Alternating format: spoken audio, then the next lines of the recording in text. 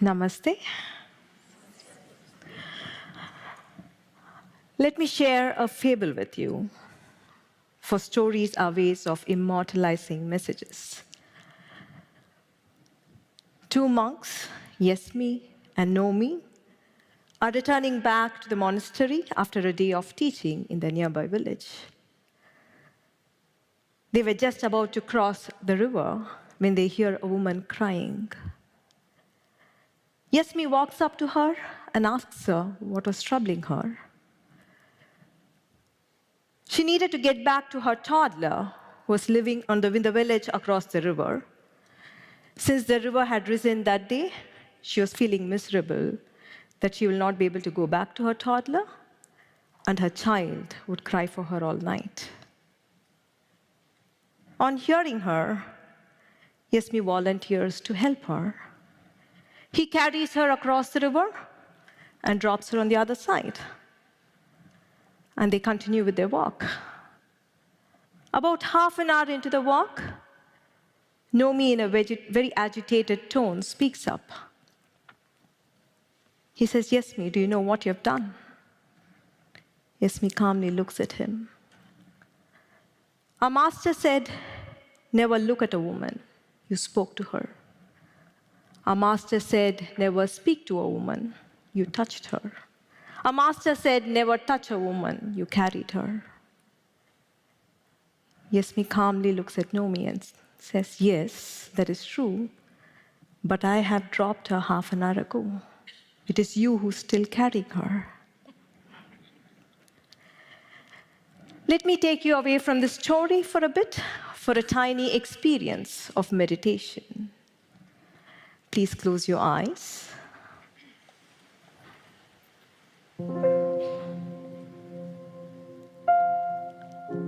I still see a few sneaking a peek. It is safe to close your eyes. Inhale and exhale deep and slow. With every exhale, raise the edges of your lips into a gentle smile. Inhale. Exhale. Inhale. Exhale. Inhale. Exhale. Broaden your smile.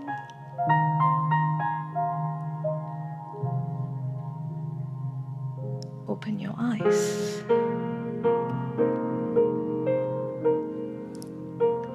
Do you recognize that with a little attention to your breath and a smile to your face, you're more calm and more present?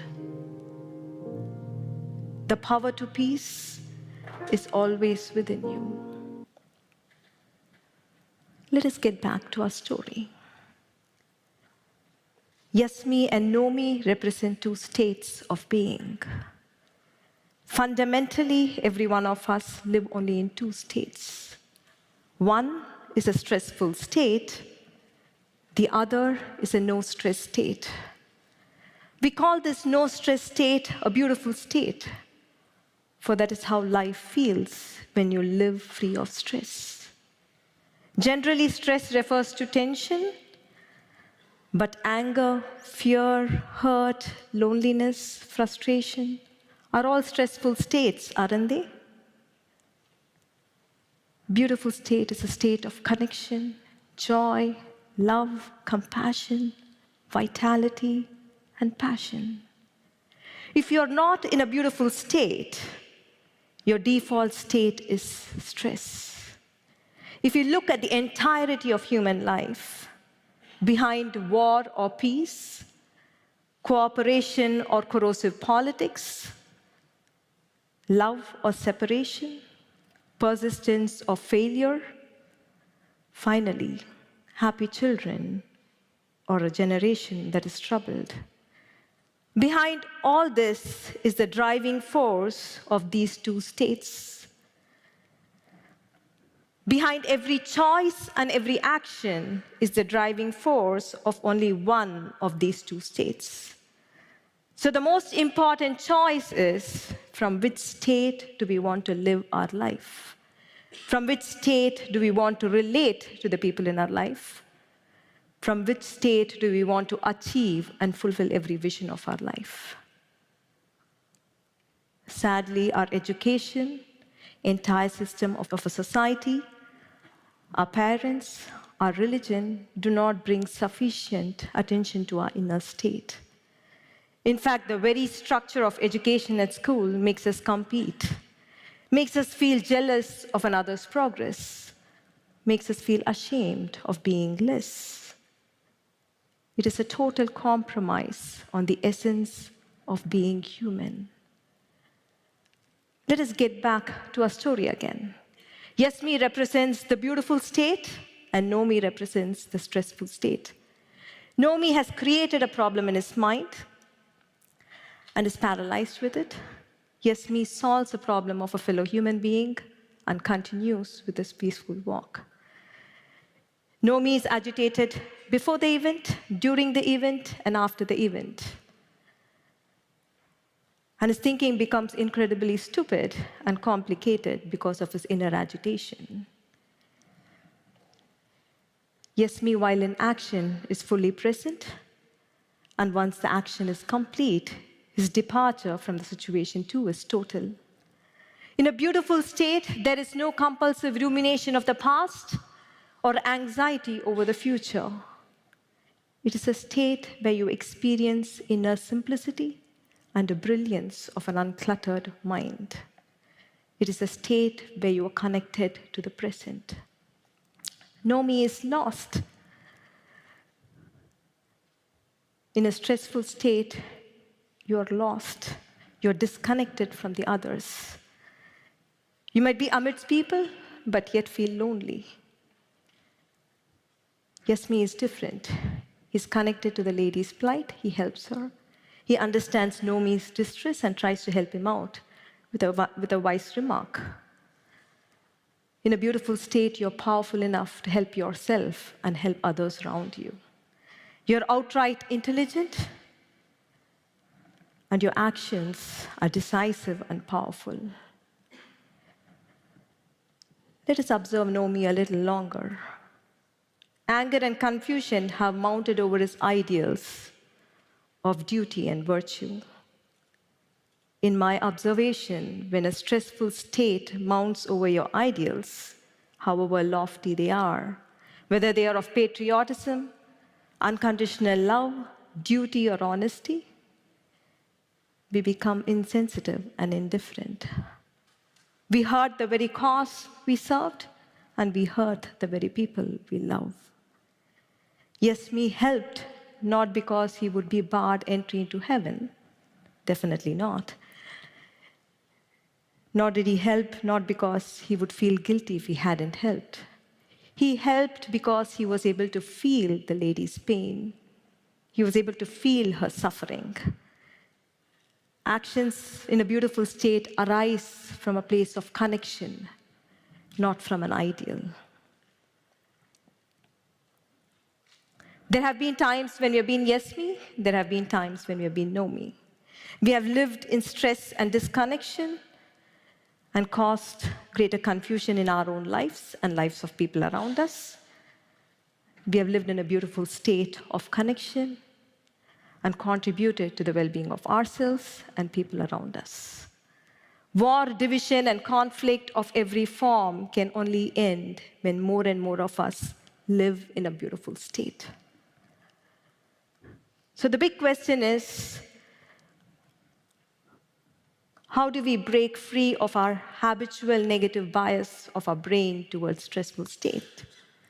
If pressure is going to be a part of life, how do we live life without being bogged down by stress? How do we address numerous challenges of our life living in a beautiful state? There are 3 well-trodden paths people usually take. 1, we live in stressful states and plummet into hurting inner states. 2, we try to escape stress. We try to achieve a temporary dopamine high. However, when the dopamine plateaus, we are left feeling emotionally dry and empty. 3, we try replacing inconvenient beliefs, stories, and ideas into more convenient ones. The problem, however, is none of these 3 paths have the power to get you off the gravitational pull of suffering or long-term stress. And we succumb back into the vortex of habitual stressful emotions. We need a greater inner power to get us to a beautiful state.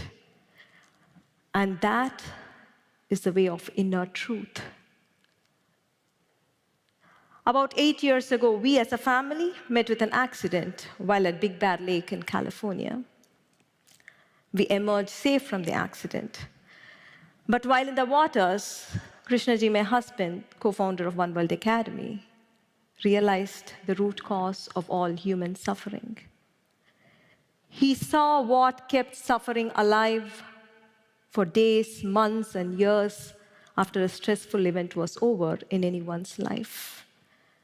Past and present circumstances, other people and their behavior can trigger stress in us, but they do not keep us chained in our unhappiness. While in the waters, he saw the true reason for humanity's suffering. He saw all emotional suffering arising from obsessive, self-centric thinking. It is a total preoccupation with oneself. It is a total, incessant preoccupation with oneself. And it is this preoccupation that separates you from the other.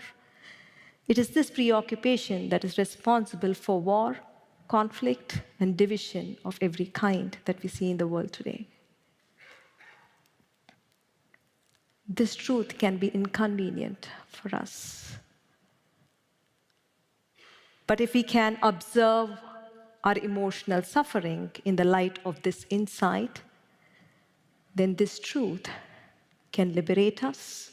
This truth can set us free. In suffering, in unhappiness, in stressful states, you're preoccupied with yourself. We are preoccupied with injustice done to us. We are preoccupied with pleasure that was denied us. We are preoccupied with opportunities that did not come our way. We are preoccupied with love that was withheld from us. It is a total preoccupation with oneself. And in this state, we are not concerned with finding solutions to the problem at hand. For the entire thinking is only me, me, me, me, and me. That is all we think in unhappiness. Let us observe know me in the light of this insight. Throughout the story, he's preoccupied. He's preoccupied with his rightness. He's preoccupied with his guilt at having allowed a wrong to happen. He's not concerned about the situation, nor is he concerned about the lady and her son, nor his friend. He's constantly justifying within himself that he was right in ignoring the suffering woman, and that he was great in following the rules. Realizing that all lingering in suffering is a total preoccupation with oneself, it is an obsessive, self-centric thinking, is the most powerful antidote for any form of suffering that could have gripped you.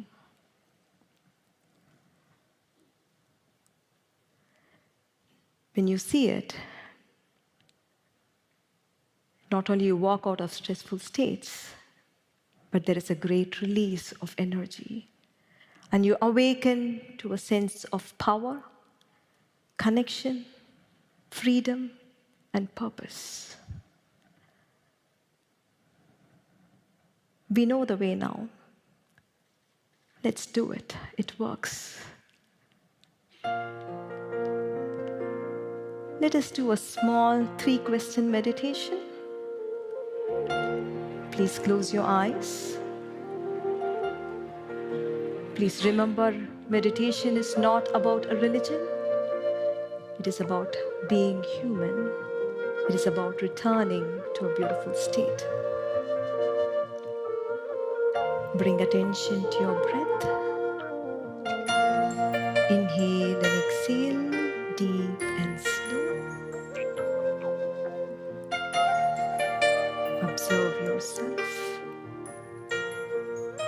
Are you in a stressful state, or are you in a beautiful state?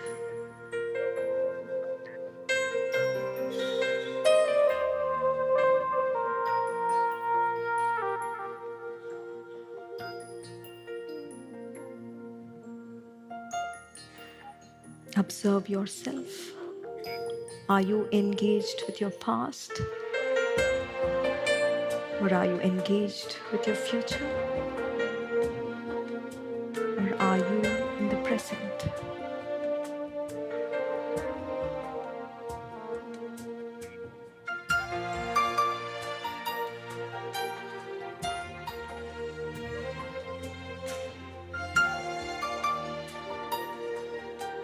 Observe yourself. Are you preoccupied with yourself? Or are you in a state of connection?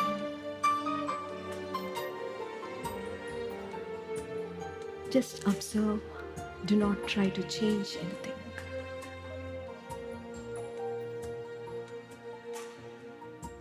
Imagine a flame glowing in the middle of your forehead.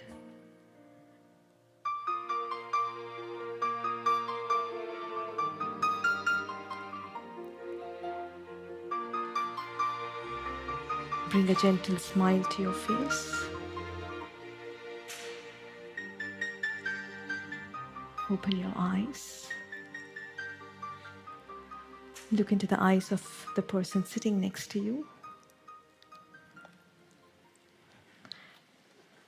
Wish from the bottom of your heart that the other person lives in a beautiful state.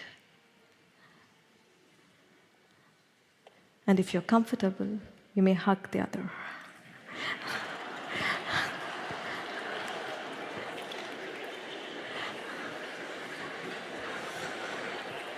Thank you so much. Namaste.